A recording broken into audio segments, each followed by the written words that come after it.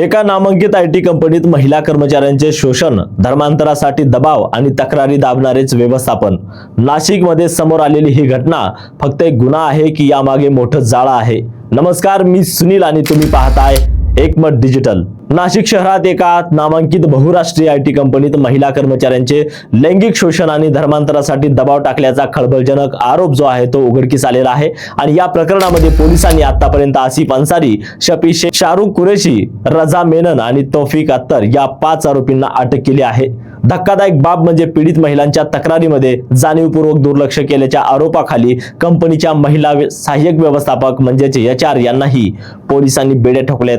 मिळालेल्या माहितीनुसार या IT कंपनीत काम करणाऱ्या 8 हिंदू महिला कर्मचाऱ्यांनी या आरोपींविरोधात गंभीर तक्रारी दाखल केलेल्या आहेत, ज्यामध्ये त्यांनी म्हटलं आहे की या काही कर्मचाऱ्यांनी, काही सहकाऱ्यांनी त्यांना जाळ्यात ओढलं, लैंगिक शोषण केलं, ब्लॅकमेल केलं आणि धर्मांतरासाठी दबाव टाकला.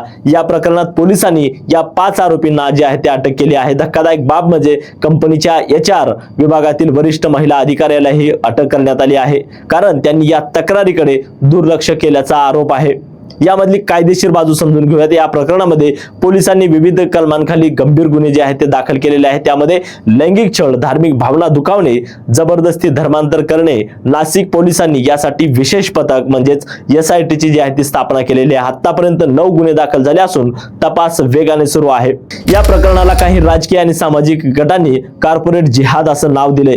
IT क्षेत्रासारख्या सुरक्षित क्षेत्रात अशा प्रकारे महिलांचे शोषण आणि धर्मांतराचे जाळे पसरणे ही अत्यंत गंभीर बाब आहे. या प्रकरणात कॉर्पोरेट जिहादचा कोणाकोणाला पाठिंबा आहे याचा सखोल तपास सुरू आहे, असं आमदार नितेश राणे यांनी म्हटलंय. तर मुख्यमंत्री देवेंद्र फडणवीस यांनी या घटनेची दखल घेत पोलिसांच्या तत्परतेचं कौतुक केले असून दोषींना कठोर शासन करण्याचे आश्वासन दिले. पण इथेच एक महत्त्वाचा प्रश्न उभा राहतो, हा खरोखरच संघटित गट आहे का की काही व्यक्तींचा गुन्हा आहे ज्याला धार्मिक रंग दिला जातोय? तपास पूर्ण होण्याआधीच निष्कर्ष काढणे योग्य आहे का? कारण अशा शब्दांचा वापर समाजात तणाव निर्माण करू शकतो आणि मूळ मुद्दा महिलांचा सुरक्षितता जी आहे ती मागे पडू शकते. या प्रकरणात सर्वात मोठा प्रश्न कंपनीच्या व्यवस्थापनावर आहे. महिलांनी तक्रारी केल्या पण त्यांना शांत राहण्याचा सल्ला दिला. जर हे आरोप खरे असतील तर ही फक्त गुन्हेगारी नाही, कॉर्पोरेट नैतिकतेचं मोठं अपयश आहे. आजच्या काळात प्रत्येक कंपनीला प्रिव्हेन्शन ऑफ सेक्शुअल हॅरासमेंट नियम काटेकोरपणे पाळणे आवश्यक आहे. या घटनेनंतर सोशल मीडियावर संताप व्यक्त केला जातोय, तर काही गटांनी निदर्शनेही केली.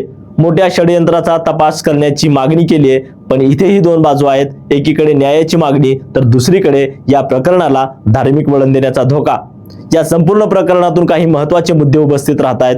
महिलांची सुरक्षितता कॉर्पोरेट क्षेत्रामध्ये किती आहे? तक्रारी दाबल्या जात आहेत का? आणि समाज म्हणून आपण या घटनांकडे कसे पाहतोय?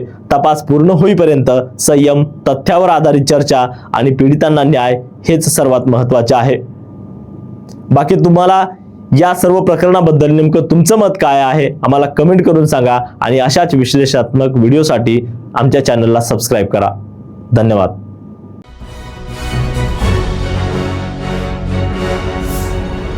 Thanks for watching Ekmat Digital.